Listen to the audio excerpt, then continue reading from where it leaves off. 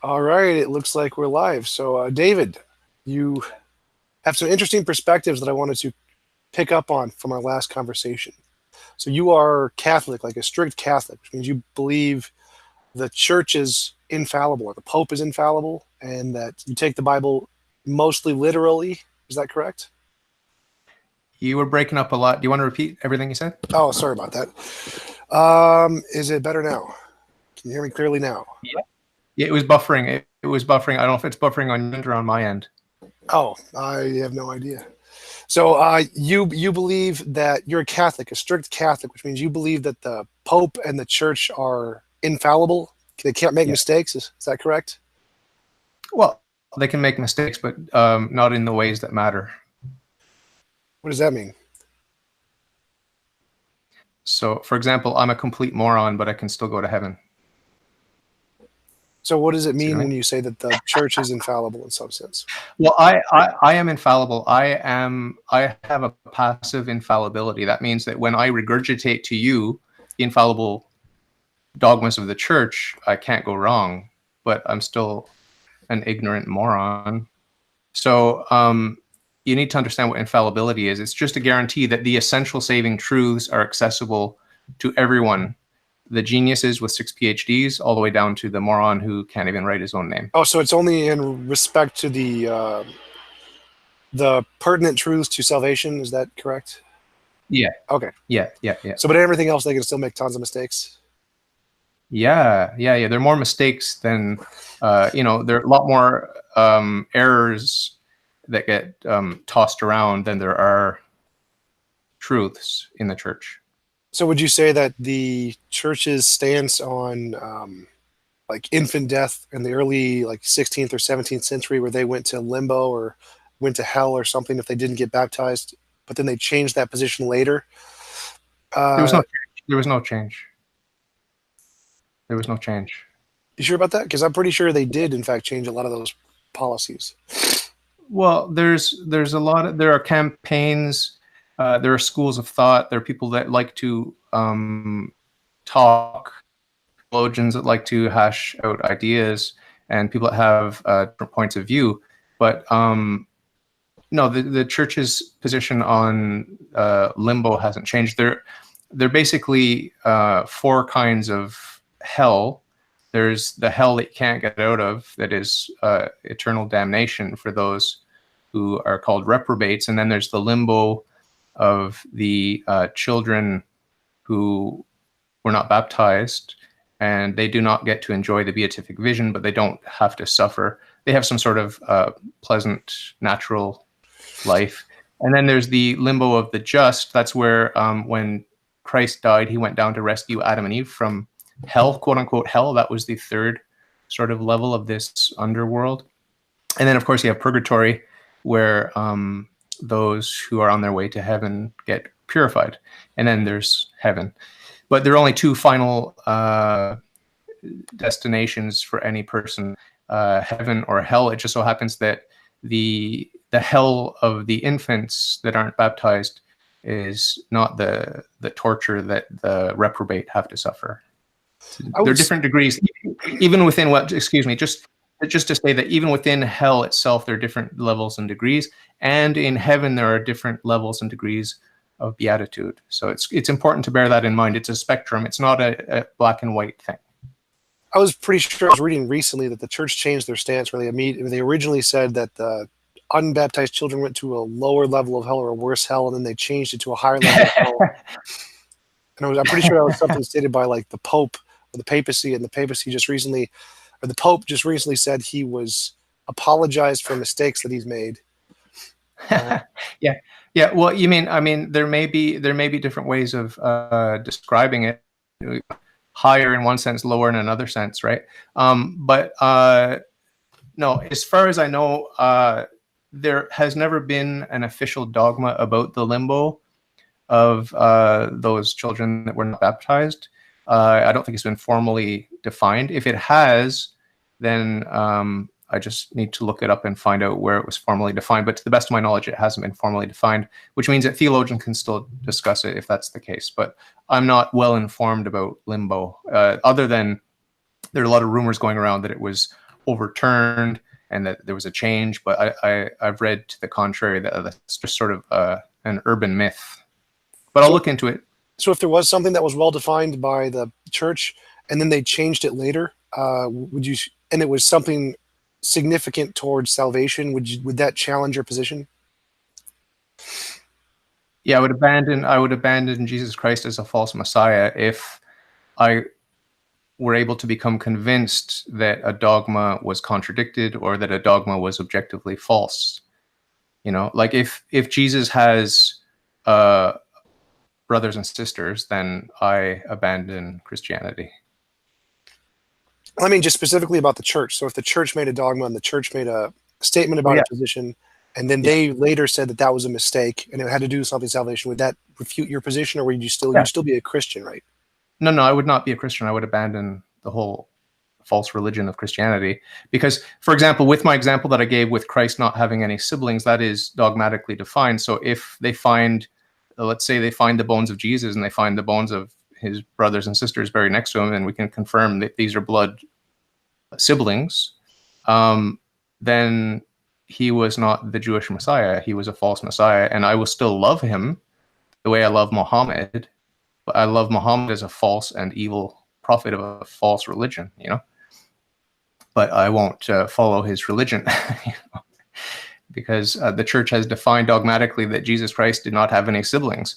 So the church has put her neck on the line with that and with many other dogmas. For example, if you could find the bones of Mary, then I leave Christianity, because the church has formally defined that she was assumed body and soul into heaven. So there are only two people in heaven with their body, with their soul and body, and that is Jesus and Mary. The rest are there only in their soul, and they're awaiting the resurrection, the final judgment. Interesting. And you also think, what is the church's stance? If I remember it, the church doesn't take the 6,000 year young earth creation stance, do they? Well, that's what I've come to discover. Yeah, I've just come to discover that it does teach indirectly. It does dogmatically teach indirectly, not directly, but indirectly. It does dogmatically oblige us to believe in a young earth. Yes, that's my big breakthrough this past month, and I'm very excited about it. Well, as far as I know, some people in the church would disagree on that. Like, I think maybe the most people would. Yeah, all the recent popes and 99.9% of everyone. Yeah. But that's just not something significant to salvation, so it's not really, it's something that we can be fallible about. No, I think it's significant. I think it's just one of these issues that's clouded today, and it's part of the punishment of sin. Like, we're just blind to that. And I could be wrong, but from what I've understood, it's indirectly defined. Meaning that the logical implications of the existing dogmas, for example, there's a dogma of the Council of Vienna that says the soul is the form of the body. So you can't have evolution. There's absolutely no way to have secular evolution, and there's no way to have theistic evolution either. If the soul is the form of the body as the church defined dogmatically in the Council of Vienna.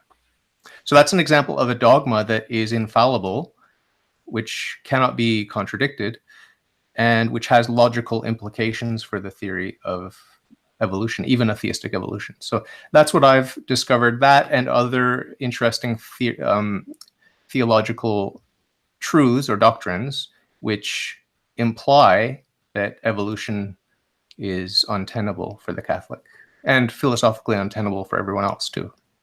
So, but if you and you and the church are infallible in your ability to convey information that's relevant to salvation, and you and the church disagree about evolution in the age of the earth, it doesn't mean one of you is necessarily wrong? Well, the church is right, and I'm only my infallibility is a passive thing. When I regurgitate the dogmatic truths, then I can't be wrong. So, for example, when I say that the soul is the form of the body, I cannot be wrong. That's an infallible statement by me, but it's a passive infallible statement. Okay. Now, my interpretation of that is that, well, therefore, evolution is false. Theistic evolution is not on the table. That's The church has never said that. I'm saying that. The church has never said that. So either I'm right, and a lot of people in the church just have forgotten about that, or been sort of distracted by science, and they're all enthralled by science, and they just sort of forgot about that. Or I'm wrong somehow, and I'll just bow and submit to the church when she corrects me. But I don't, I don't know if that's really a hot topic item right now, where the church is going to make a dogmatic definition about the age of the earth. But I've heard some people talk about that it might be something that gets defined soon. Interesting. And so, what is your position on the science? Because the science seems to strongly suggest that that's false. Yeah, that's why it took me 10 years to quote unquote come out of the closet creationist. And I don't listen to that video I sent you about why I am no longer a young earth creationist, but the punchline to that joke is that because it's redundant to call myself a young earth creationist Catholic, because all Catholics have to abandon theistic evolution and every other form of punctuated equilibrium and progressive evolution and progressive creationism and all these sorts of things. We are obliged to believe that the earth is, I don't know, like some people say, under 10,000 years old or something like that. What was the question? The science seems to disprove that, so why do you believe it? Yeah, I don't know the science. That's one thing I have in my favor. I don't know the science. Aaron Raw's coming back in 2 days. On Sunday, I'm going to interview Aaron Raw, and he's pretty pumped up. he's pretty pumped up. Yeah, he gets excited about talking with a young earth creationist. So yeah, and last time I talked to him, I didn't know that I was young earth creationist. So I've always favored that secretly. I always wanted it to be true, but I just thought that the church sort of was leaning towards what the science said, and the science seems to be there's a consensus that evolution is the case. So, but I always secretly wanted to believe in the historical veracity of Genesis, and so now I've come to believe that it is historically valid Genesis. But I don't know the science, so maybe you can enlighten me a little bit tonight. So, if the science did show that that was false, would you change your position, or strongly suggested it? No, what you need to understand about me is that I see a hierarchy in the sciences. So I see God as science itself. God is perfect knowledge, perfect wisdom, perfect truth. And then he gives us, he gives us creation and everything, but he also gives us, he gives us the book of nature, which is sort of a divine revelation of himself, but he also gives us a revelation in terms of the Bible, the Old Testament, New Testament, and the Ten Commandments, all these sorts of things. And Jesus Christ came, founded the church, and blah, blah, blah. And so we have divine revelation. We also have theology, which looks at and unpacks all this sort of divine revelation. And it also looks at philosophy. It draws on philosophy, which is the next lower science in this hierarchy of sciences. So you've got God, revelation, theology, philosophy, and then underneath that is physics. And by the word physics, I just mean all of natural science. So I don't draw on physics or the natural sciences as the sort of source of any of these positions that I take. For example, when I go to communion, the Eucharist, if you were to take what looks like bread and wine and analyze it, everything would come back saying that it's bread and wine, right? Right. But I don't believe that it's bread and wine after the consecration, after a valid consecration. Now, is it possible that some of the consecrations that I think are valid are not valid and it just remains bread and wine? Yeah, sure. Hopefully not too often, but in our day and age, it certainly is a possibility more and more with all the,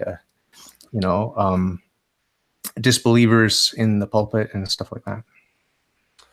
So do you believe that it literally does change to body and wine, and we just aren't testing it at the right time to figure that out? Or do you think it's just our tests can't detect it because it's like of a spiritual kind of body? It's not that it's spiritual. It's that there, and this actually helps you. This will, I hope, help you to understand why no amount of physical evidence or natural science would ever draw me away from my belief in young earth creationism. Because if we look at the Eucharist, the way that I see the Eucharist is different from how you will see the Eucharist. I see it as the accidents remain, but the substance changes. So this is straight back to Aristotle and St. Thomas Aquinas, where they make this distinction between substance or essence and accidents. Are you familiar with those distinctions? Not from a long time ago. Don't remember them. Okay. In detail. Yeah. But this is a metaphysical approach to reality, whereby we break down what is essential. Oh, essence and existence, that distinction. Accidental. You have a short hair, and you're a man. So these are accidents, right? So the essence existence distinction. Yeah, and this is actually part of one of my favorite proofs of the existence of God, is that all contingent things are and all composite things are actually not only reducible to a material composition, but they're actually a composition of essence and existence. This is a sort of breakthrough that I had recently when I was looking into the modal proof of God's existence by Blessed John Duns Scotus. If you haven't looked into it, I really recommend it. I think you would really appreciate it. It's very deep, very subtle, and it would take you a while to digest it. It's on my list of things to do. I just got really excited about young Earth creationists, and so I haven't had time to look at it. But I highly recommend you look into it, because it revolves around possibilities, and it draws on this notion that if God is possible, then he is necessary. The only way that we can know that God does not exist is if it's absolutely impossible for God to exist. There are all sorts of ideas like this, and of course, essentially ordered series of causality versus accidentally ordered series of causality. Lots of really subtle and interesting notions in Scotus. I recommend you look into it. Great. That's the pure actuality argument, where God is pure actuality and no potentiality, or something like that. That's a small part of it. Yeah, that's a small part of it, but it has to do with essentially ordered series of causes. So that, like, for example, right now I'm lifting the glass, and it's a will that is behind the motion of the glass, but it's like there's a whole chain of mechanical parts that are going about lifting my arm and all that sort of thing to make that glass move. And there's a hierarchy there. And my will is necessarily more perfect than, the physical stuff in my arm, and certainly more perfect than the glass itself, which is inanimate. So there's a sort of hierarchy, but it's in real time, meaning that it's a vertical analysis of causation, where you don't need to look at, because I was obsessed with looking at the first cause and, going backwards in time and arguments like that with entropy and stuff like that. But this new modal thing focuses on every given moment. There's a vertical chain of causation, which of course intermeshes with the horizontal accidental series of causes too. But it's really interesting. I haven't mastered it, but I'm hoping to at some point. Yeah, my position on those arguments is that most of them are just semantic properties that don't actually exist. Like, I can just make up a new property called the Widgemet property, and there's a maximum Widgemet, and so there must be a Widgemaster or something like that.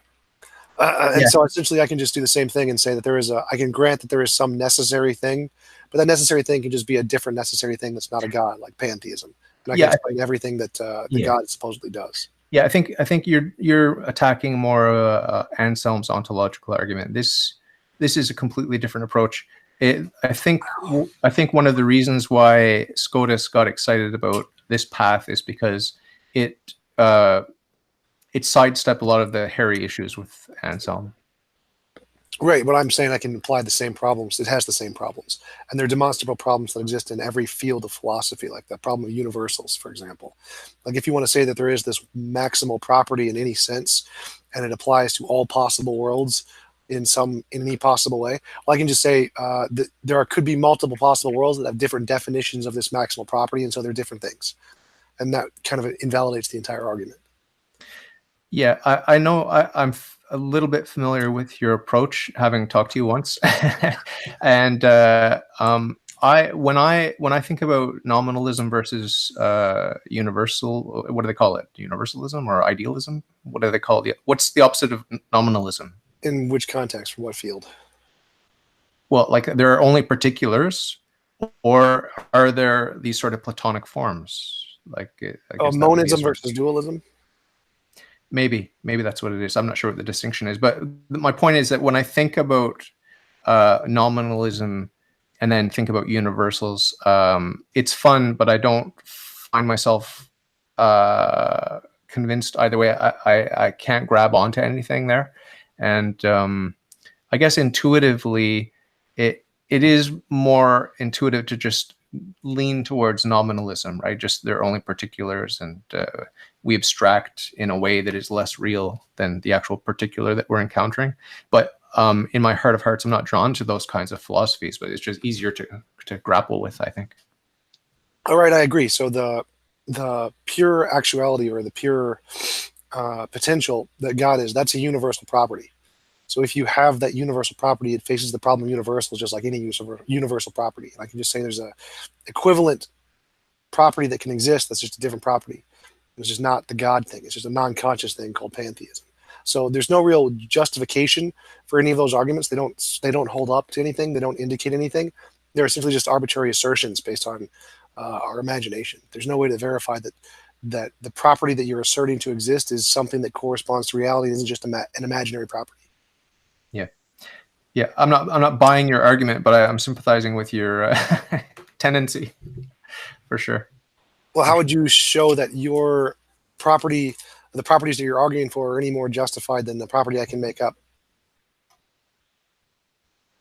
I haven't thought about that. I mean, I have a powerful imagination. I can be right there with you. You know, it's just like we talked about last time. It's just my experience that I'm not God and that God is God that trumps everything, and sort of reduces these fun questions into a little bit of a lower level in terms of priority or urgency. There's less urgency for me now to play with those sorts of ideas, although it is fun, and I enjoy when you talk about it. I do enjoy it, but I'm so firmly convinced that God is God that I don't get excited in the way that maybe you're excited about what you've discovered or what you think you might have discovered. Well, I look at it from two perspectives. Let's assume that you will take the point that you're right. Let's say God does exist, and that this philosophy is like a game of chess that we're playing. We're both in heaven. We both know God exists. We're going to play this philosophical game because it's fun. Yeah. Now, if I can demonstrate that the rules of this game that we're playing, you lose 100% of the time. There's no justification to indicate the existence of God, whether or not one exists or not. Then it would be reasonable to conclude that based off of all of the human knowledge we have right now, there is no justifiable reason to believe in a God, correct?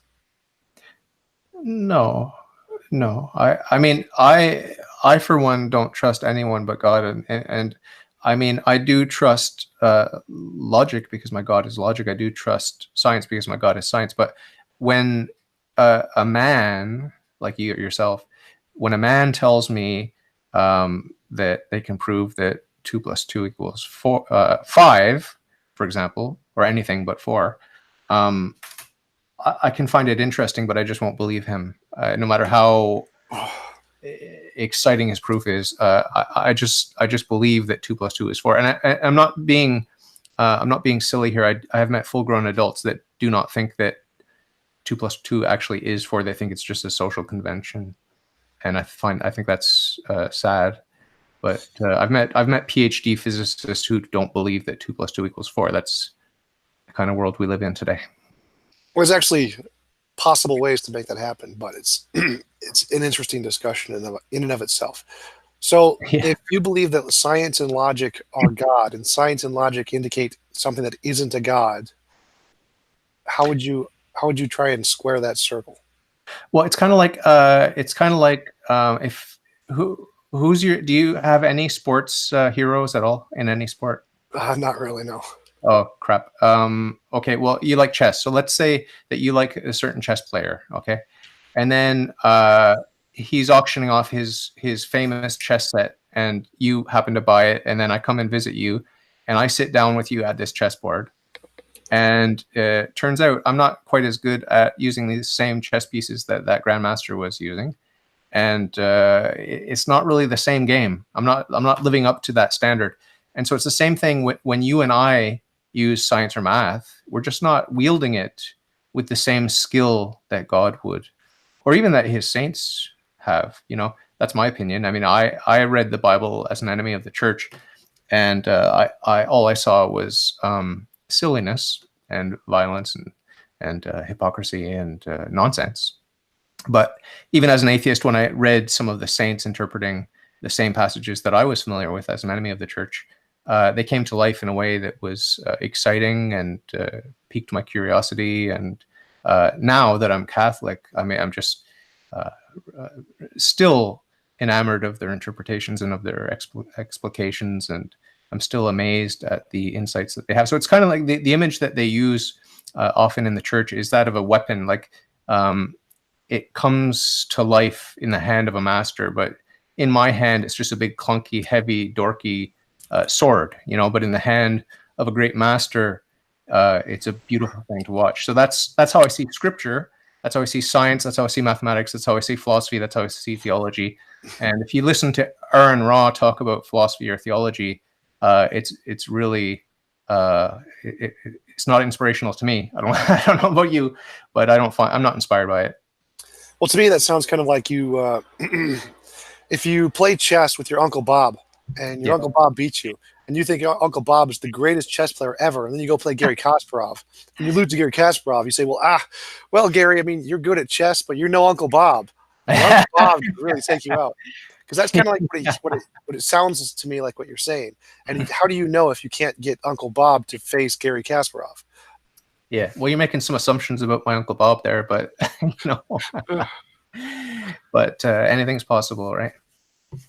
But no, I mean, yeah, I agree. I see your point there for sure. Yeah, I mean, I'm out of my depth in every domain. I'm out of my depth in theology, philosophy, natural science. I mean, I did study physics at university, but I'm a nobody, and I've got nothing to offer. I got nothing to say. I got nothing to teach anybody.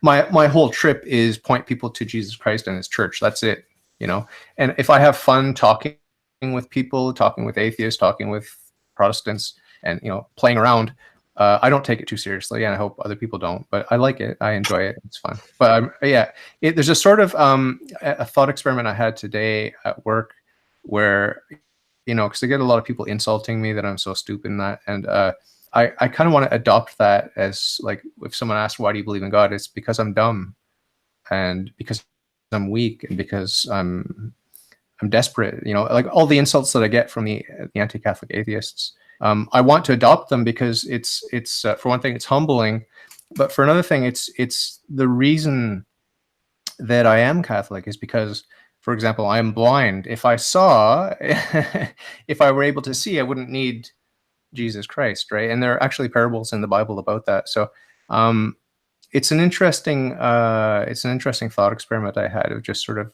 of putting myself down. And it's true, even though my IQ is probably average, but to put yourself down in that way, I think it's a useful approach for a Christian. For yourself, I don't know how you move in atheist circles. It's probably better to put yourself up. Well, right? From my perspective, I start with kind of like the Dilettante approach. Is I want to believe as many true things and as few false things as possible. So I'm only going to accept positions that I can show that they have support philosophically and scientifically, because those, as far as I know, are the strongest grounds we have for knowledge. And I haven't found anything other than that could be a better source of knowledge reliably. So when I try and follow these scientific and philosophical approaches, I hit this wall of there is no evidence of a God. Like, there's nothing that indicates a God. So I can't justifiably believe in one because the best sources of information we currently have, which aren't perfect, don't indicate one. Yeah. What if I were to ask you, do you want to believe in God? I mean, I'm going to take a guess. Your answer is going to be yes, but only if He exists or something like that. But what is your real answer? I wish there was a God if it was an all-good God. I would not want to believe in the Christian God because of all the killing and stuff. I see him as really, really immoral. Yeah. But I would want to believe in a God if there was an all-good God that existed. Yes. Yeah. Okay. I think I might. This is sounding familiar. I think I might have asked you that last time we talked. Possibly. Yeah. Yeah. It's something that's on my mind. But the reason I ask a lot of atheists is because if you want to believe, if you sincerely want to at least find out if God exists, that's, to me, a very, very good sign, like seek and you shall find, that kind of thing. And I do find a lot of people are really, really, really obsessed with finding out if there's a God, or at least trying to shore up their arguments that there is no God. I find great encouragement in that. One of my favorite interviews that I did of an agnostic was Steve McRae. Do you know him? Yes, I know him a little bit. Yeah, do you like him? it's debatable. We've gotten Okay. into some arguments before, so. Okay. Yeah, it seems like he rubs atheists the wrong way, and I'm not quite sure why. I see him on Facebook and stuff like that. But when I see someone that's that obsessed with, this sort of splitting hairs on where's atheism, where's agnosticism, and all that sort of thing, I like it. It warms the cockles of my heart.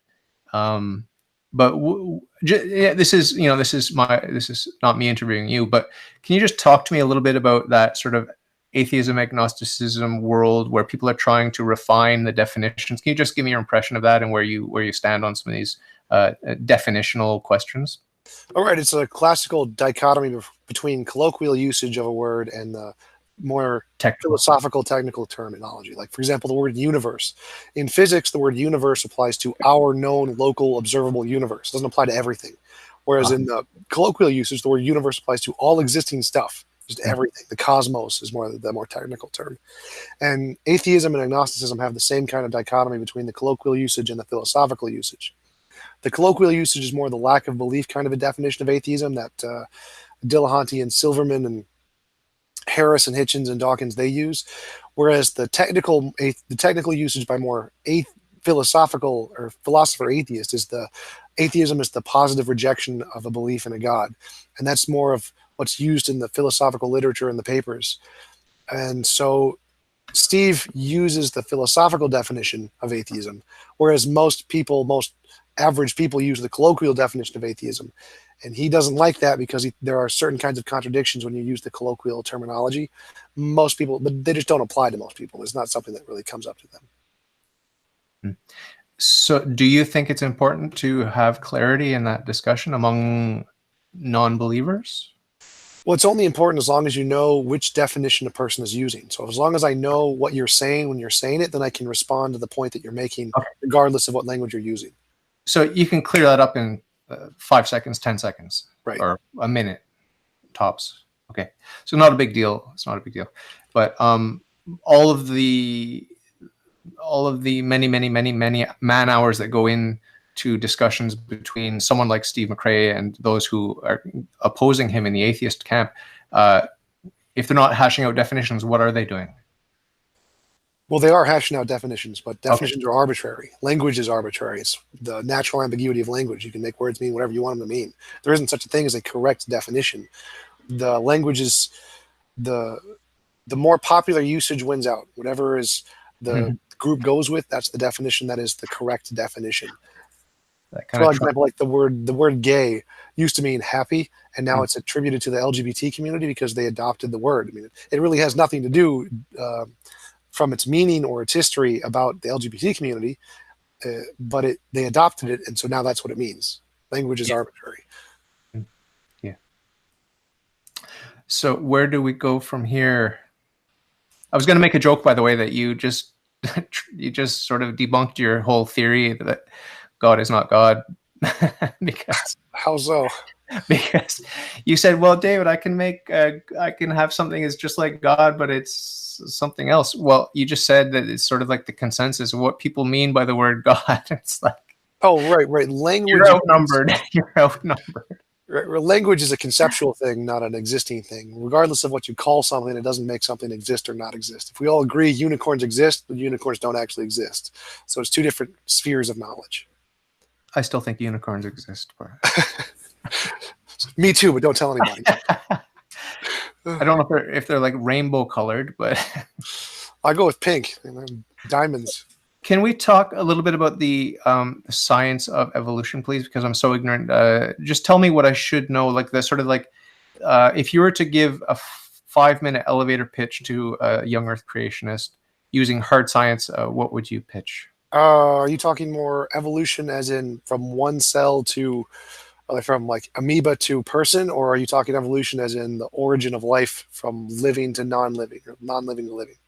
That's the part that interests me more, but you might not like that. Which one? non-life to life is the part that interests me more. But if it's harder for you, you can do the other one. Well, I just asked because one of the first thing you always ask a young Earth creationist is, what do you mean by evolution? Are you talking about the origin of life kind of evolution from non-living to living? Or are you talking about the evolution from a single cell to a human? Because those are two different things, and there's two different lines of evidence to go through. So if you find the abiogenesis more important, that's where I would start. Okay. So in regards to abiogenesis, the first thing is, do you know what RNA is? Yeah, roughly. So RNA can be assembled from purely non-organic things. We can see it on clay. We can watch it happen in a lab. RNA can assemble itself on clay with no like direct interaction of a person. We just watch it happen. Okay. So would you consider RNA to be a living thing? I don't know. What do the scientists say? Science goes with yeah, because science can just say we go from RNA and we can see RNA be made on clay, and we can see RNA self-replicate, and we can see RNA produce DNA, and so we can watch the stages go from one to another to lead up to what will create life. So yes, the consensus is that life is a purely natural process, that abiogenesis happened. Yeah, but what you asked me, do I think RNA is life? Is that what the science textbooks teach? That's life? Well, the definition of life in science is far more ambiguous, but the consensus in science is that we definitely went from non-living to living. It's just, where do we draw the line? Kind of like the species problem. Like, is Archaeopteryx a bird or is it a dinosaur? We don't really know. We don't really have concrete definitions on where to place things one or the other, because it's just a spectrum. So the life applies the same thing. We know the consensus in biology is that yes, life came from non-life, but we don't know where exactly we should call the first life. Yeah. I was talking to someone, and he said that it's like you consider yourself an adult now, I take it, right? Adult. Unfortunately, yes. You would check that box like on the consensus form, the census form, or whatever. So would I. But this guy that I was interviewing said, well, it's ridiculous. It's absolutely ridiculous to ask some of these questions, because it's like asking, which moment did you go from non-adult to adult? There is, and like he used the example of taking a series of photographs every day, and then you have to like pick the two sequential photos where this was not adult, this is adult. So do you agree with that sort of analysis of that gray area? It's hard to pinpoint. Absolutely. That's the species problem in biology. We can't ever say that this is exactly where the species begins and this is where the species ends. There's a split here, because if we did that photograph thing, there'd be so little difference. We'd never really be able to tell one species from the other species. It'd all just be a continuous line. Yeah, these are interesting problems. What did they call that? Sorites? The Sorites problem? I don't remember. It's like you put one grain of sand on the table and then you put a second one. Oh, Sorites, yes. Sorites? Problem of the heap. Yeah. Yeah. Do you have anything to say about that problem? Yeah, it's definitely a problem, because when you try and classify an emergent phenomenon definitively based on the conglomerate parts, it's essentially impossible. Okay. It's like, when does an ocean become an ocean and not a lake? Or when does a drop of water become a puddle? It's like there's not really a metaphysical distinction there. It's kind of just arbitrary. Yeah. So the non-life problem is similar, you would say? Yeah.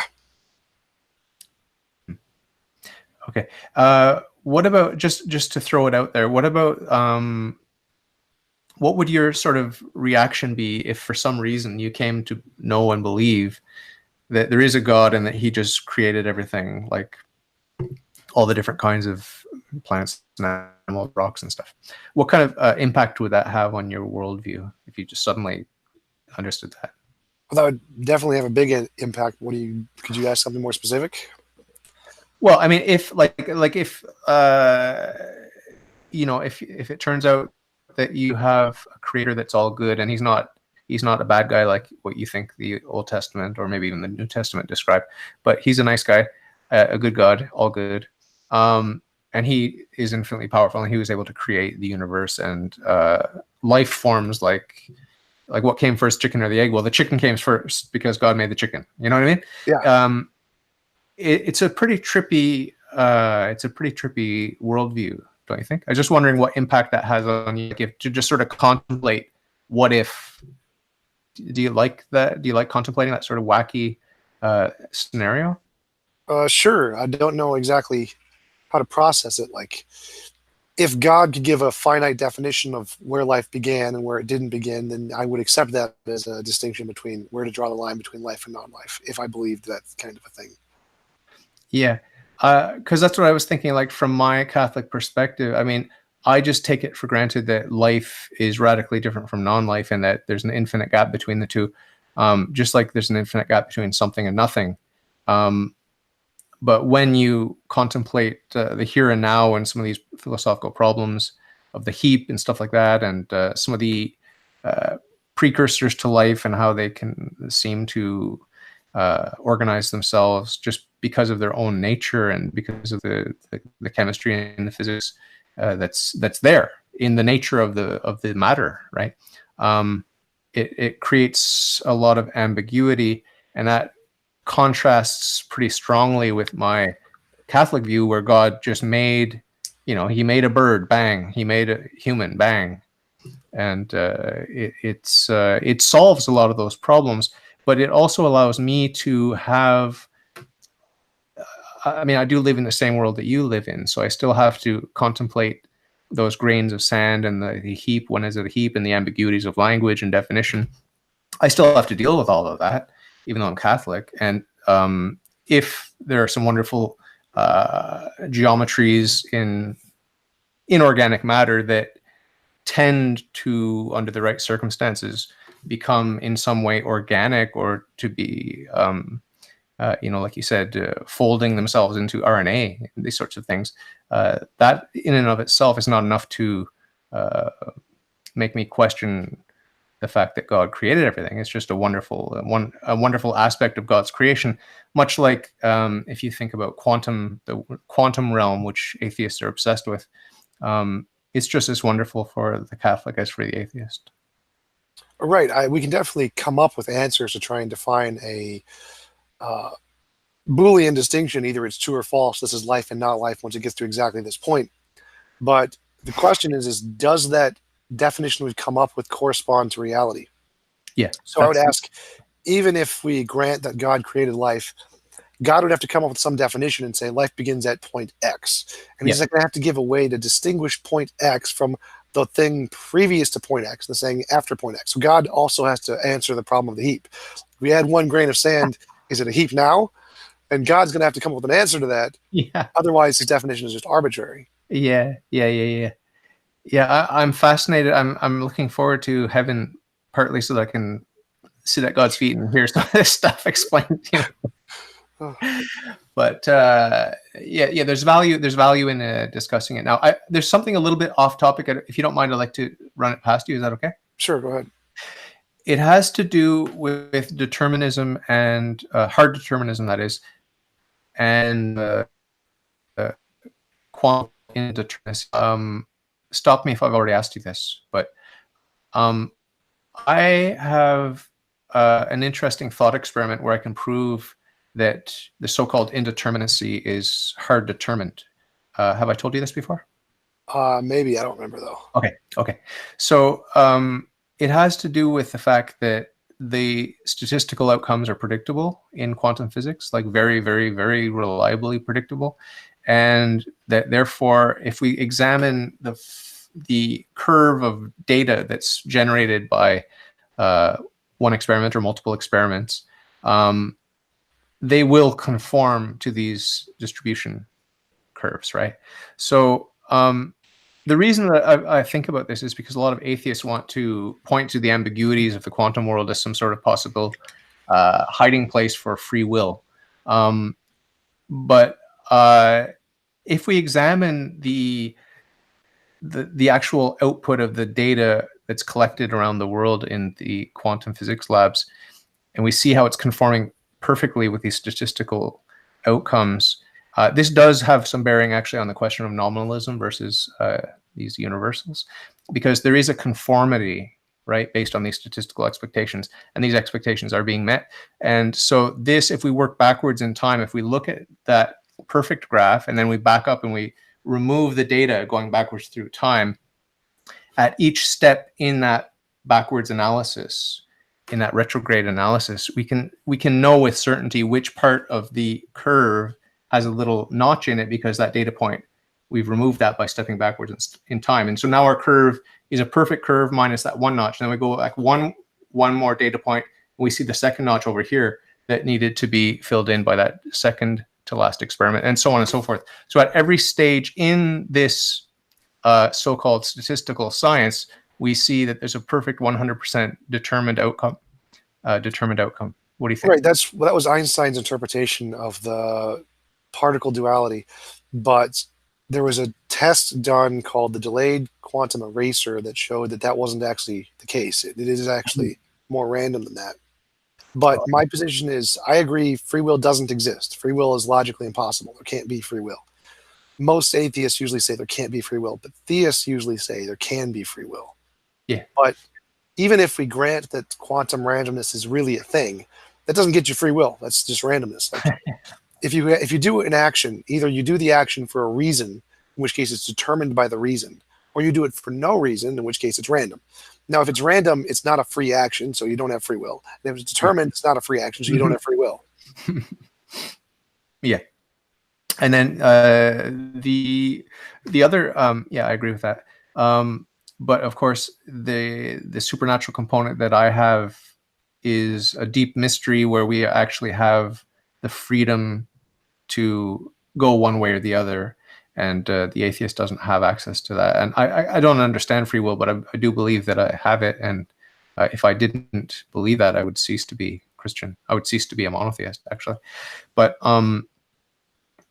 yeah, I wanted to ask you something. Did you have anything else to ask me before we wrap up soon? Because it's approaching 1 hour.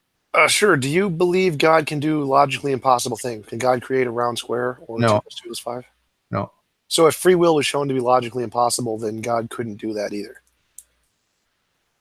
I mean, you can show me, like, you've seen that you're going to use division by 0 or something. You know, it's like one of these fallacious proofs.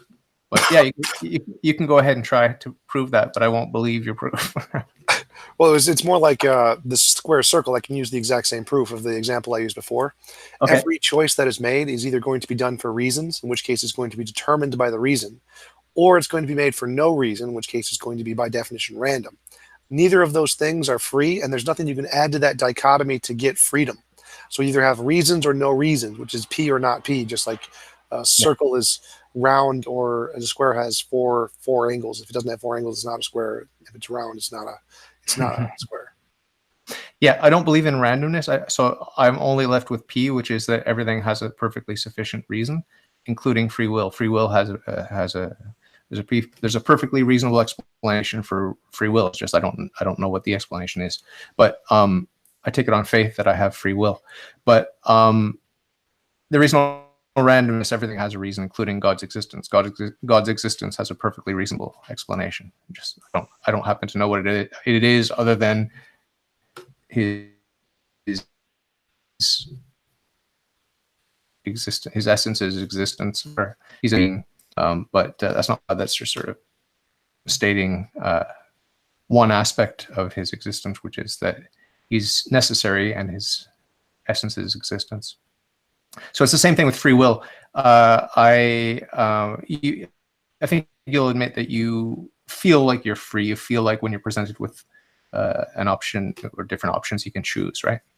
So we apprehend our free will in that way.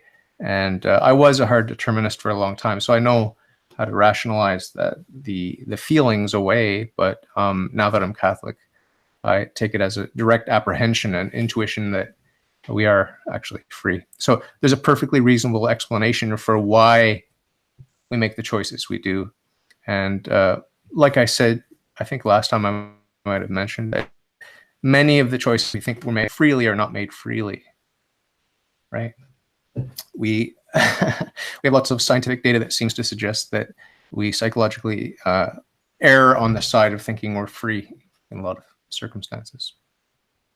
Right. There are tests that we can show that looking at your brain, we can know what decision you're going to make 7 seconds before you make it. Yeah. stuff like that. So I sometimes I sometimes fantasize that every human has one free choice in their whole life.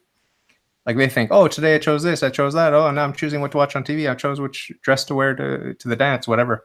But all of that was hard to determine. But there was just one decision, one decision they made that was free. You know, God only knows which one it was, but that determines your if you're going to go to heaven or hell. Well, suppose there was this one decision. So you have this decision, and you're going to have to make a choice between like X and Y or whatever. X and not X. Yeah, X or not X.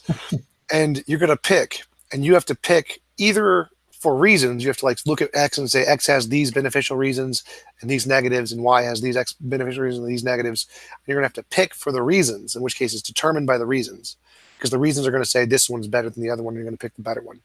Or you have to pick for no reasons. You have to just discount all of the reasons. But if you do that, your choice is just going to be completely random. So how do you escape that dichotomy to get free will?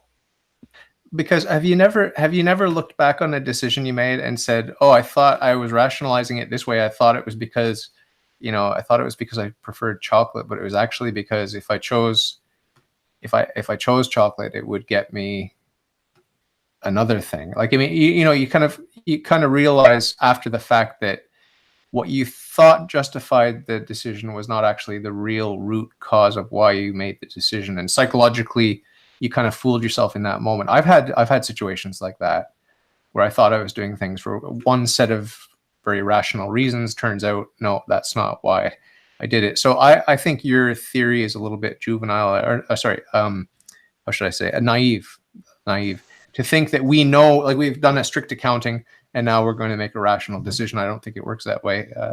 Right. I agree. I'm not saying that. I'm saying all those things that you mentioned, both the reasons we're aware of and the reasons we're not aware of. Okay. Those are all reasons. Those are all in the reasons category. Yeah. Well, I clump in with all those reasons. I clump in free will. Well, what exactly is free will? How do you get the free will in there? Because it's just either a reason, which is determined, or not reason, which is random. It's still one of those two. Yeah.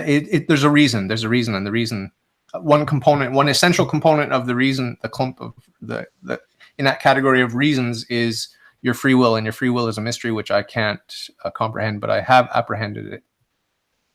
So that's not a very satisfying answer for you, but that's basically any important question in life is going to end up with a big question mark over it, and it's a mystery, and it's wonderful, right? Free will is wonderful, love is wonderful, God is wonderful, life is wonderful. What is life? I mean, you're telling me it's when certain organic molecules bump into each other in just the right way. Well, I don't know. I don't know if I buy that, but life, I know that life is wonderful. I don't know if RNA is life, but if it is, it's wonderful. But even the most mundane stuff like pocket lint, your worst enemy's pocket lint, like you don't like this guy, you certainly don't like his pocket lint, right? But that pocket lint is wonderful. It's amazing. It's awesome. And there's a reason why that pocket lint is there in just that configuration. And, I often like to think about the sort of necessity of everything. You might be able to trip out on this image. When I was younger, one of my friends did acid and I was supervising him, and we had a fun night. But one of the after effects was that he thought that as he moved through the air, it seems effortless, like you have space to move. But he had this image that actually it's just as solid as the most dense metal you can imagine, but it's moving out of your way just at the right time, right? It's synchronized to move just out of the way. So you can't, no matter how fast you go, you can't touch it. And so he, needless to say, felt a little bit paranoid and claustrophobic with that image in his head. But this was one of the after effects of his acid trip. But the point is that there's a sort of a necessity to every single particle is in just the right place. And, the reason I started thinking about this recently is because some atheist was saying about free will and determinism and about, evolution. He was talking about life and non-life and these sort of the neurons in his brain are why he makes the choices he makes, and he's not free, and this and that. And it just occurred to me that every distinction he's making is completely arbitrary. Like when I think about the air being solid and it's just moving out of the way as I move through it, I was thinking the same thing about the so-called tree of life, where you've got molecules to man. Like that's one organism, right? It's like just that tree, that whole tree is one organism.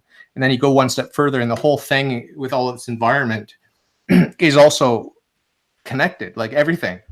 This is the ultimate monism from a naturalistic standpoint, where every distinction is completely arbitrary. Like between me and you, between my being and your being, between my mind and your mind. These are completely arbitrary distinctions for the atheist. I would disagree. We can definitely make distinctions based off time and space, for example. It's not an arbitrary distinction because it's based off of a concrete phenomenon. So we can definitely make those without them being arbitrary. The only arbitrary distinctions are linguistic distinctions we've come up with based off of definitions, like married bachelor. That's an arbitrary distinction. Like, okay, we just made it up. Like, why not? But if there's a physical correlate, then it's no longer arbitrary because it's determined by the physical nature of the thing. But like species and things, those are arbitrary. Life and non-life, that's arbitrary because it's just a definition we made up. It's not like an actual feature of the universe. It's just a made-up definition, distinction, one kind of matter with another kind of matter. But there is a hard distinction between protons and neutrons. There's a hard distinction between electrons and protons. So we can make hard, concrete distinctions, but most of the distinctions humans make are linguistic. No, but if you zoom in a little bit closer with your quantum physics, you look at these quirks and everything else like that, you don't see it all blending into this solar matter energy mush. No, because they're made up of different things. Like a proton and a neutron are made up of like a up quark, down quark, and like a top quark, down quark, or something. They're made of different sets of quarks. You can't zoom in and make them not the thing anymore. They're distinct things. Do you think there's a limit to how much we can zoom in with in principle? Like, I'm not talking about instruments, but I'm talking about like in principle. What would happen if you zoomed in? What do you think you would discover there? More stuff. Gluons, I think, is what it's called. Okay. There's a sort of impression you get when you study physics that it's just energy in different forms. Yeah. Yeah. So in that sense, a lot of distinctions tend to get blurred, but it's not. I'm not promoting this as an actual worldview. I'm just saying it's an interesting thought experiment to it's like with a painting. My wife's a painter, so when I look at the canvas and you see a 3D scene, a three-dimensional scene, there's foreground, background, and all this sort of thing, but if you zoom in, it's all paint. It's just a little bit of, the only difference really is the pigment, right? Right. So the little sheep and distant field and the fluffy clouds up in the sky, and then the human face in the foreground, it's just pigment. We're being sucked into the illusion of it. And I think there's a way of looking at our natural universe in that way too. I'm not recommending it. I'm just saying I think it is, at least in principle, I think it is possible to blur those distinctions. And I think the Eastern religions tend to look at it that way, as illusion, like just an illusion. Right. I agree. They definitely do. I just think that the scientific worldview is far more better, I guess would be my term. Yeah. Okay. So I wanted to ask you again. I'd like to see, if you can, take the time to really think about my distinction. Sure. Either you do something for reasons or you do something for no reasons. Sure. Because if you just saying that there's a free will, that doesn't solve the problem, because I'm going to ask the same question about that free will. Just forget everything else we've just talked about. Go into say there's this group of reasons, and one of them is free will. Okay, let's forget all the reasons and everything. Let's zoom in on that free will.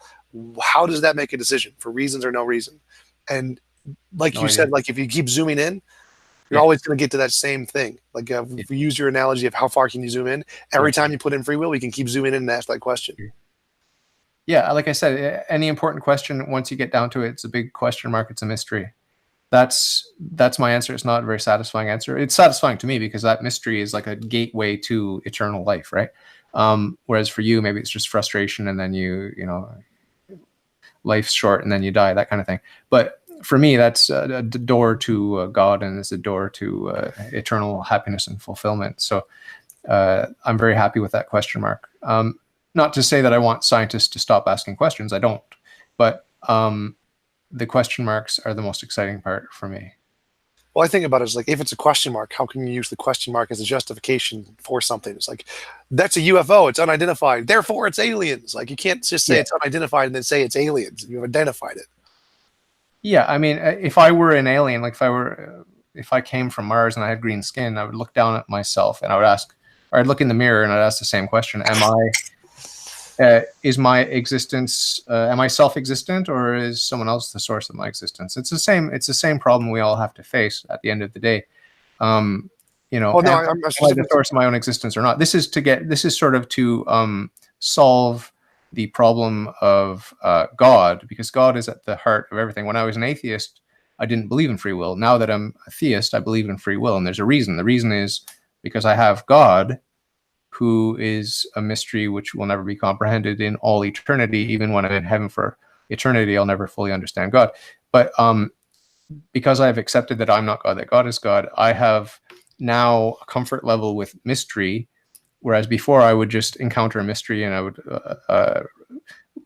sort of deduce it away, like you're doing. So I was a hard determinist, and Well, would you agree that if it's a mystery, you can't use the mystery as a justification for some conclusion, right? Because it's a mystery.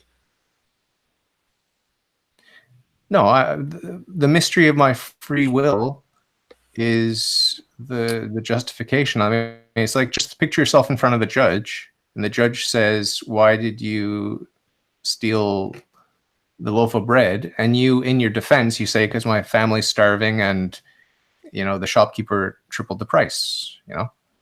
And then the judge lets you go. But the thing is that your free will is but it's still a defense that keeps you out of jail, like, because the judge takes that into consideration. The judge doesn't know what free will is either, but he knows that, oh, okay, so you freely chose to steal the loaf of bread for reason X, Y, and Z, and you don't have to go to jail. So it's like that. The legal system, like, Robert Sapolsky has done a really good job critiquing the legal system and the way it needs to change in order to accommodate neuroscience. So that's been addressed, about how the problematic system of the legal system, which is based on hundreds of years ago, which is mistaken. But my question is like, if you see something, you don't know what it is. Like, if I see an unidentified flying object, I can't then label that object, it's a unicorn. I just said it's unidentified. So if I say it's something, I've identified it, so it can't be unidentified. That's a contradiction. That I just said. It's unidentified, therefore it's an alien. So that seems to be what you're doing. You're saying there's this unidentified thing that's free will, therefore I'm going to identify it as something that indicates a God. No. The God comes first, and then, as I told you, when I was an atheist, I did not accept free will because it's irrational. It's irrational to accept free will without God. But once you have God, then it becomes a mystery. God is a mystery, and free will is a mystery. Life is a mystery. You think that life is a bunch of random molecules bumping into each other and dancing around and whatever, but I think that's silly, right?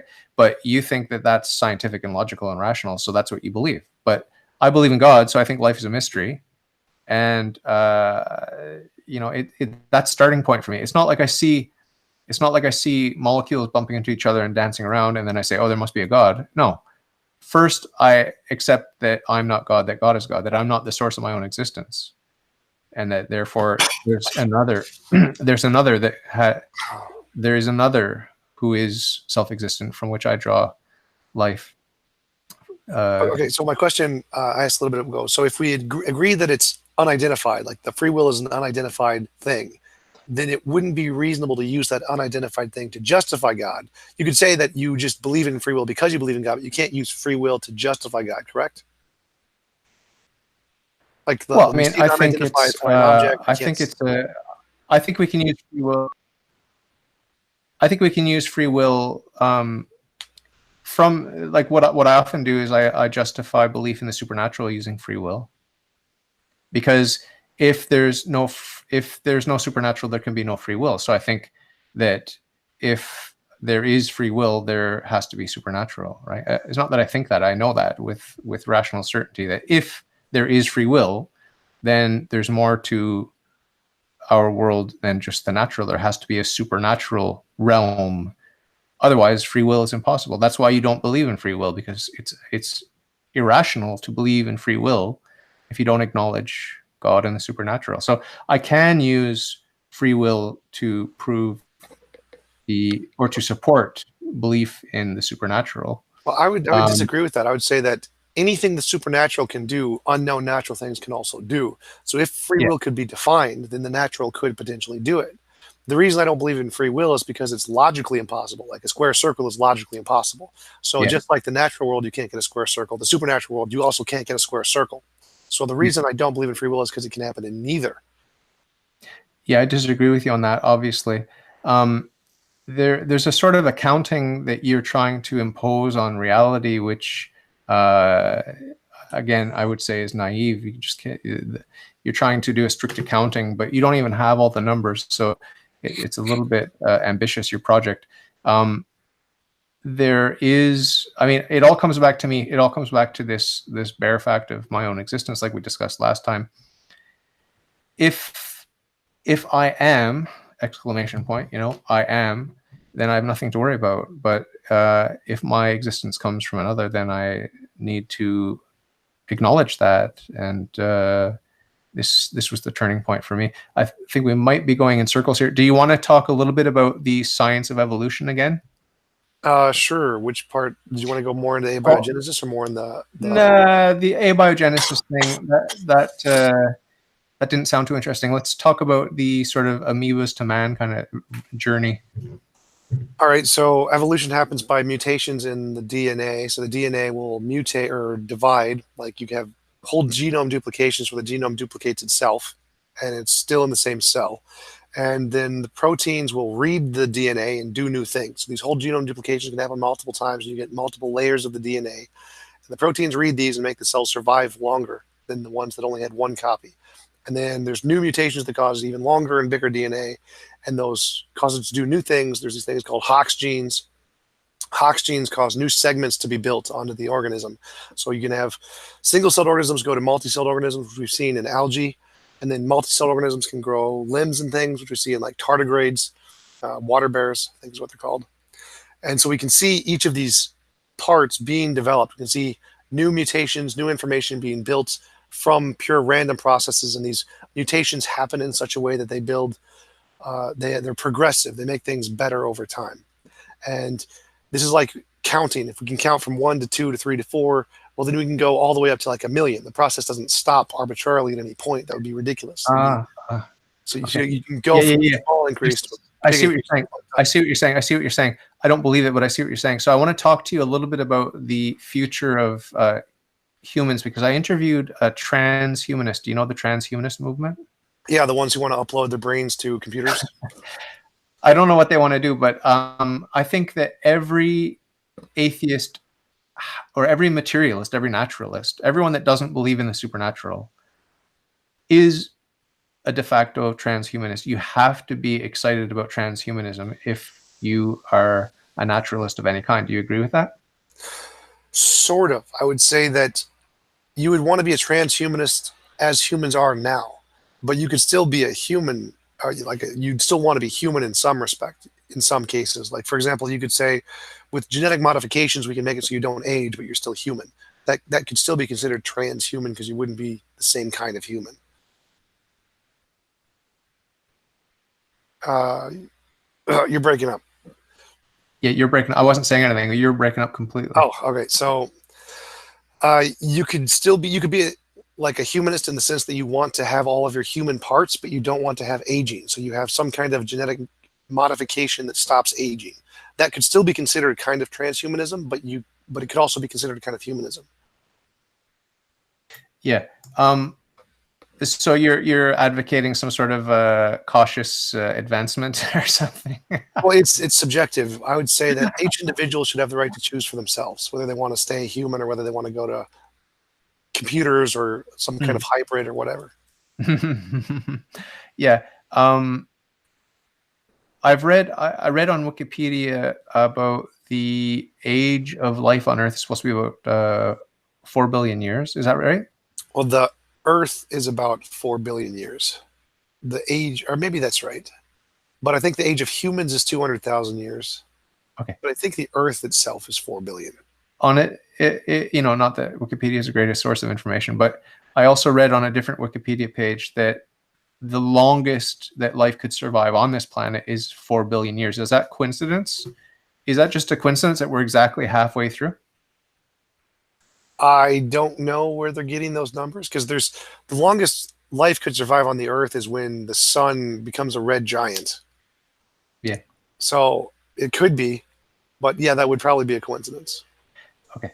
Because it's just any other star would just have a different number, just depending on the lifetime of the star. Okay. I thought it was a bit odd. Like, yeah, the Earth's 4 billion years old, and we got 4 billion more to go. I thought that was a little bit odd. But like I said, I'm no science expert on these sorts of things. But yeah, so I wanted to talk about the sort of fantastic future of humanity. How many sort of active branches are there? Like, do these competing branches eliminate the competition, like, or can they operate side by side? Can they go, well, like, I mean, we're humans, right? Yeah. Is there anyone that's sort of like on our same level of fitness? Because it's survival of the fittest. Are we the fittest right now? Well, the fitness has to do with what can survive in the environment. So we're the sort of fittest. The more fit would be bacteria. Bacteria is the most fit of all species right now. Bacteria wins at everything. So what percentage of our like my mass, I weigh like 67 kilos, whatever that is. I don't even know what that means. So it's 155 pounds or something like that. But what percentage of that is my bacteria, good and bad? Most of it. Like the mitochondria in every cell, that's bacterial. That's not actually a human genetic factor. That's something that the human cell ate, and it just became a part of the human cell. It's not actually human DNA. So most of your body is just bacteria. It's all bacteria. So what does that say about the tree of life, where like things are supposed to be getting better as we go out on the branches? Or they're getting more complex. So it's like the ability to disperse entropy is higher in me than it is in bacteria, because I can use more energy faster than bacteria can. You can bring on global warming faster. Right. Yep. So what do you say? Like, I used to work for environmental companies like Greenpeace and Friends of the Earth and Pollution Probe. And in all seriousness, they were like Marxist, Leninist feminists, and they wanted to kill humanity so that the trees could have fresher air and stuff like that. And that would work if you want to save the planet. That's the best way to do it. Yeah. So can you just talk to me about sort of the psychology of Darwinism, evolution, and this sort of thing? And is there a connection like with the ecological mindset, anti-human mindset? I'm not sure what you mean exactly. So, well, is it the logical, rational conclusion, like you just said? Yeah, kill the humans is the best thing we can do. well, no, Darwinism doesn't have any rationale behind it. It's just whatever survives the best in the environment. It's not pre-programmed for anything. It doesn't have any thought patterns at all. It's just this pattern disperses more entropy for longer than this pattern. Therefore, this pattern is going to maintain itself for longer because it has more energy available to it. That's it. Hey, I wanted to ask you. Yeah, sorry to interrupt you. Yeah, I wanted to ask you. Are humans the only ones with consciousness, like self-consciousness? No, I'd say pretty much most of the animals have consciousness, all the way down to like squirrels, mice, maybe flies. The church teaches that we have a rational soul, meaning that we have free will and reason. I know you don't believe in free will, but and I don't think that you can believe in reason without free will, but you might think that you can have reason without free will. But like we said last time, it's just a sophisticated calculator at that point. But would you say that we're in a different category? Just the level of sophistication of our thought is different from our closest ancestor or whatever? Sure. Okay. So does that, what do you call that? Do you call that reason or intelligence? Or what do you call that? Yeah, I'd just say it's a higher level of the ability to process information. It's a better calculator. Okay. So have developed this over the course of evolution, and we turn this mind, for lack of a better word, we turn this mind on to the process of evolution, and we say, hey, instead of being blind, random chance, let's play with this process, like this mechanism of selection of the fittest and mutations and all that sort of thing. Does that can you just talk a little bit about how that shapes the future of evolution, given the fact that there are these minds now that can get involved if they want to? I know there are ethical questions like this whole transhumanism thing, but can you just talk a little bit about that when the mind gets involved in evolution? Well, that would be different from evolution, because evolution is purely the random mutation through changes in allele frequency. So if we deliberately did it, it wouldn't be evolution anymore. It would be artificial selection, essentially. I see. Okay. So there's nothing we could ever do to tamper with evolution? We can tamper with genes and everything, but evolution is just the process of random mutation. So we couldn't really do anything about it. We could send things to other planets to let evolution evolve in a different way, but we can't interfere with evolution, because that would just make it not evolution. Okay. There's nothing to harness there. You know, humans love to harness stuff, natural resources and stuff, but evolution, this mechanism or whatever it is, there's nothing to exploit or to harness. Well, yeah, we can definitely harness it. It just stops being called evolution at that point. It's kind of like electricity. Like, it's not a lightning bolt if I'm using a gun. It's a spark. Okay. So that's the thing. But what about the relationship between those who are more evolved? Like, is there always going to be animosity and competition? Probably for millions of years, yes. Always, probably not.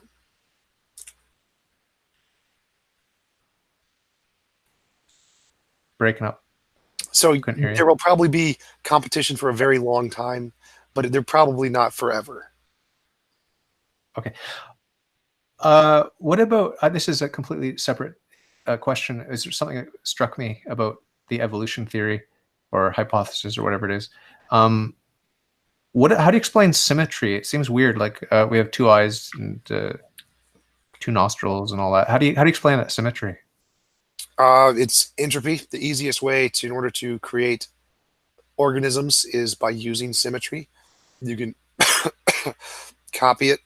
That's why RNA duplicates itself. Symmetry is actually one of the most studied things about evolution, and one of the things we have a pretty good understanding about.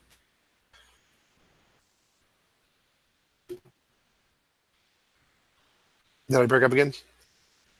You reckon area? Yeah, I don't know. I think it might be your computer, but yeah. So symmetry is one of the things we have the best explanation about in evolution. It's studied a lot. I'm not a biologist, but it's one of the things that we really understand in biology. It makes it easier because of what we know is going on.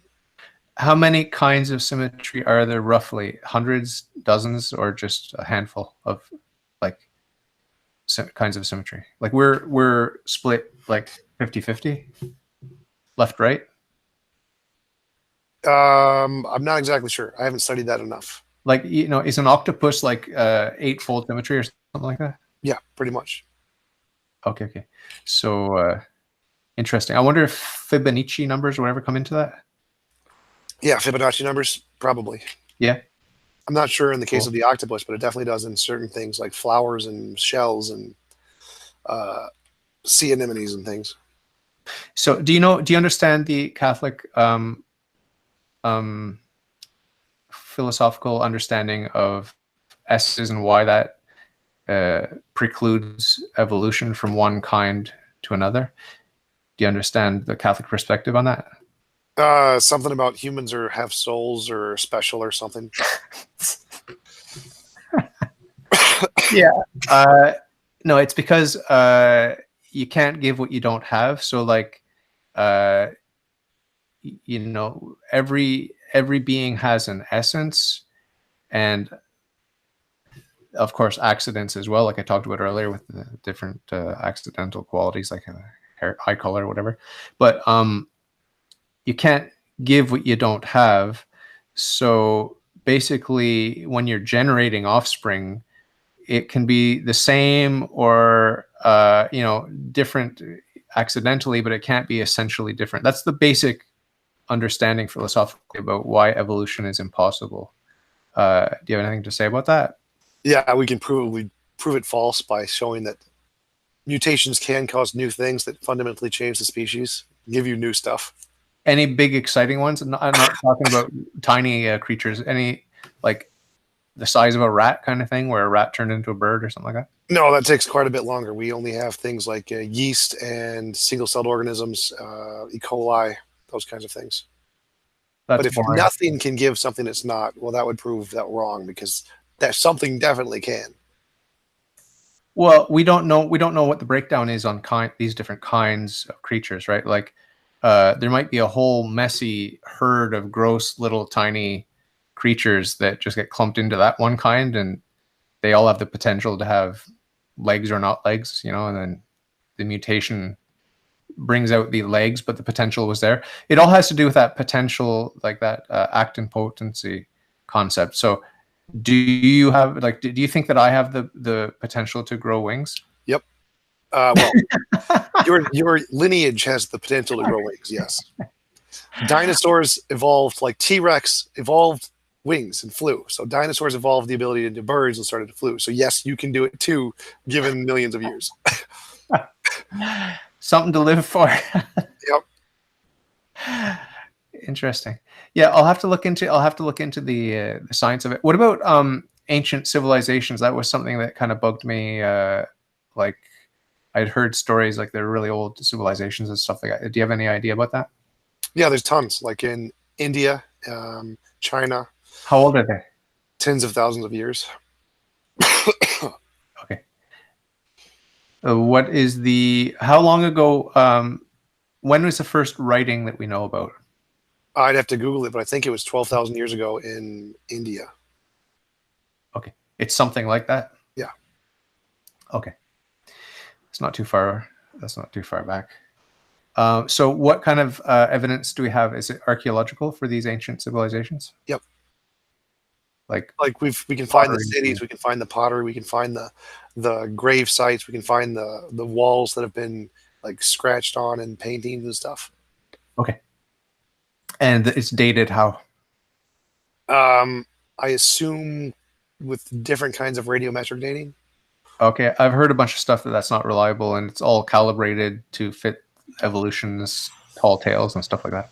It makes absolutely no sense, those criticisms. Like there's a bunch of different ones, and they're all they have different qualities, so they're different ratings for certain years. They're only accurate within a certain range of years because of how the element decays. And so if you use the wrong one, then yeah, it's completely ridiculous. But that's what the creationists are doing. They're using one that's the wrong set of years to come up with a completely different conclusion. Okay. I'll have to look into that. I don't want to look into all this boring crap, but I might look into it a little bit.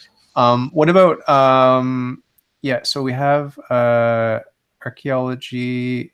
What are some of the other big topics? You have what do you call it? Genetics, archaeology. There's phylogeny. Oh yeah. That one I think is silly, but that's the one Aaron's into, right? Classification of life. Yep. The trees of life and how they relate. You find that compelling? Yep, because we can use genetics and look at the genetic tree and the order of the genes and where they line up to figure out exactly how the species evolved. And make predictions? Yep, make predictions. Any predictions I should know about that came true? One of the ones that was most interesting, we found that hippos are more related to whales than they are to rhinos or elephants. Okay. Interesting.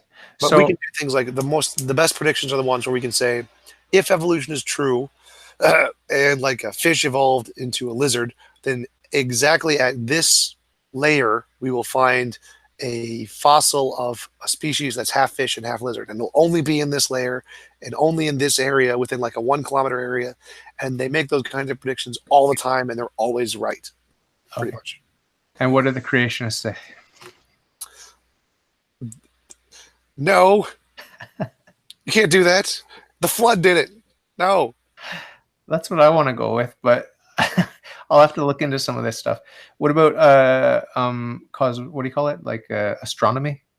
You know much about that? Cosmology. Yeah, the stars and all that. Yeah, the Big Bang Theory, redshift of the light, the cosmic microwave background.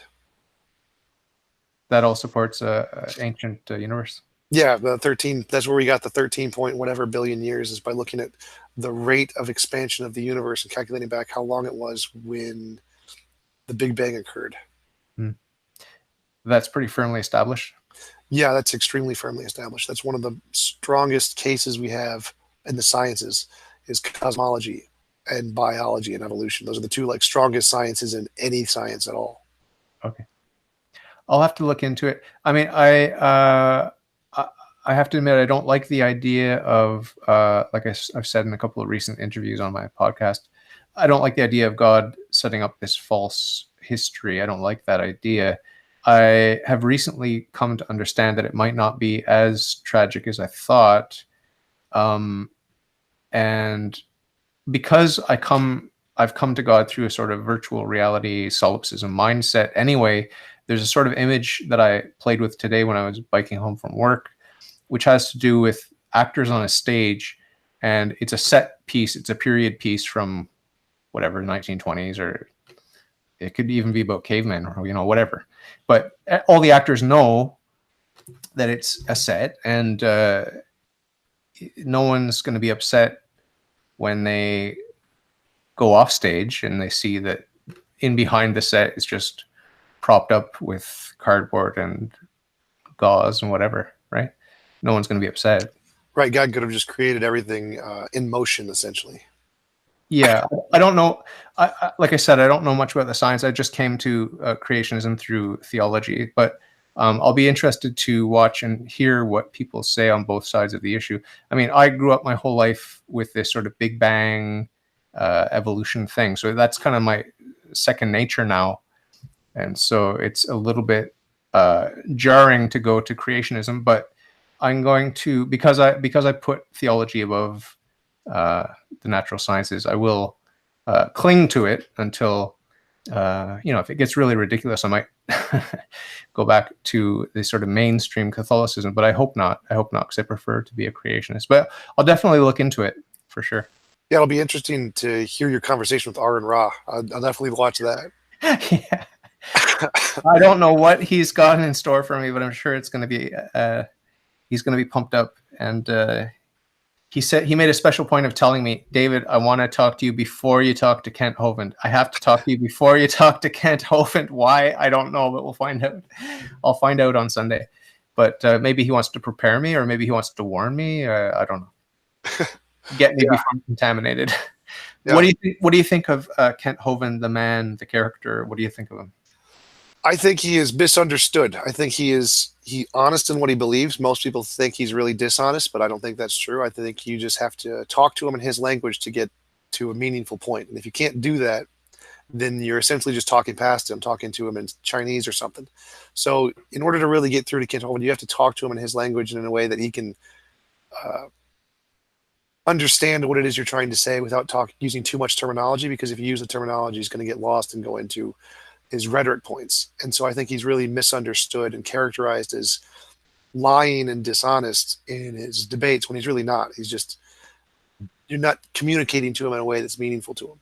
So what was the difference between your first talk with him and your second one, like in terms of your approach or his responses, or were they radically different in the vibe? Not really. I just used the same approach in both of them. I just asked different questions. We had a different topic. Oh, okay. But did it go more smoothly the second time or no?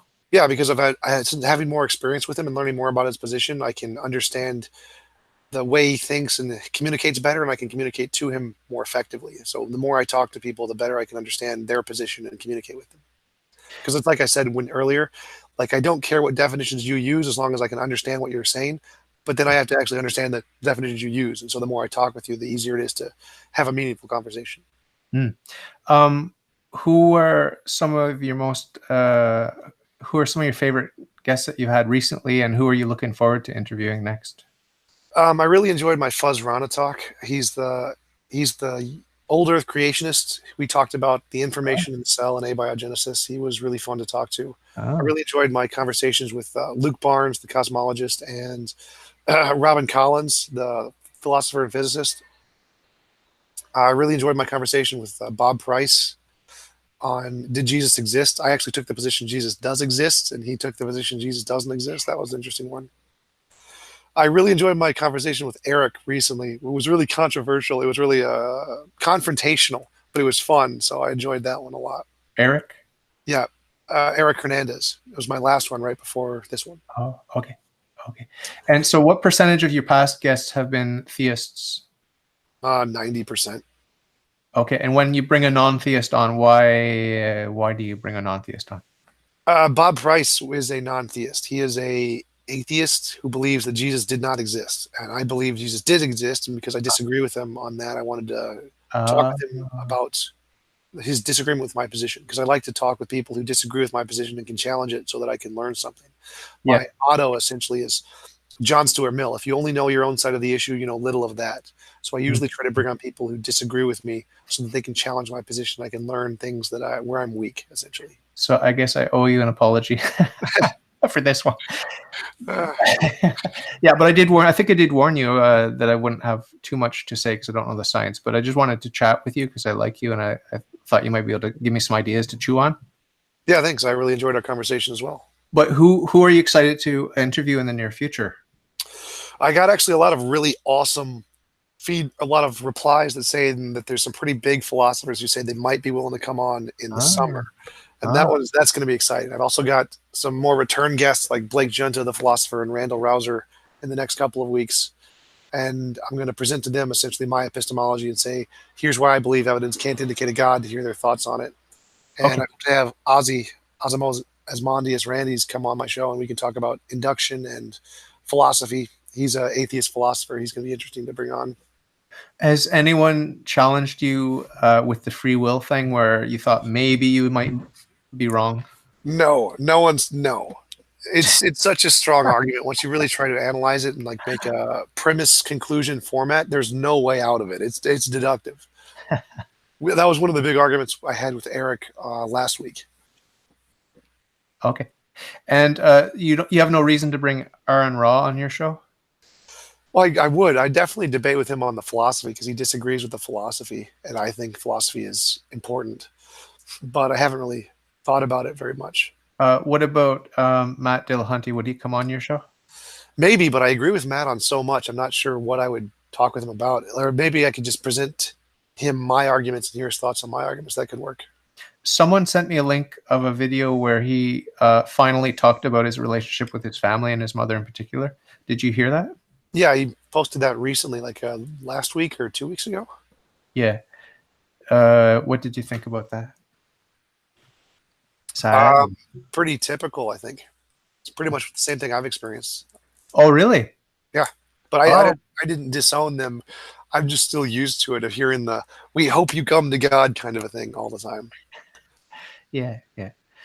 So, all right. Well, very nice to talk to you. I should get going now, but thank you so much for having me back. It's always fun to talk to you. Sorry I didn't have more knowledge to challenge you with. No, that's all right. I really enjoyed our conversation. Thanks for coming on, and I hope to talk to you again sometime. Thank you, brother. See ya. Talk to you soon. Bye.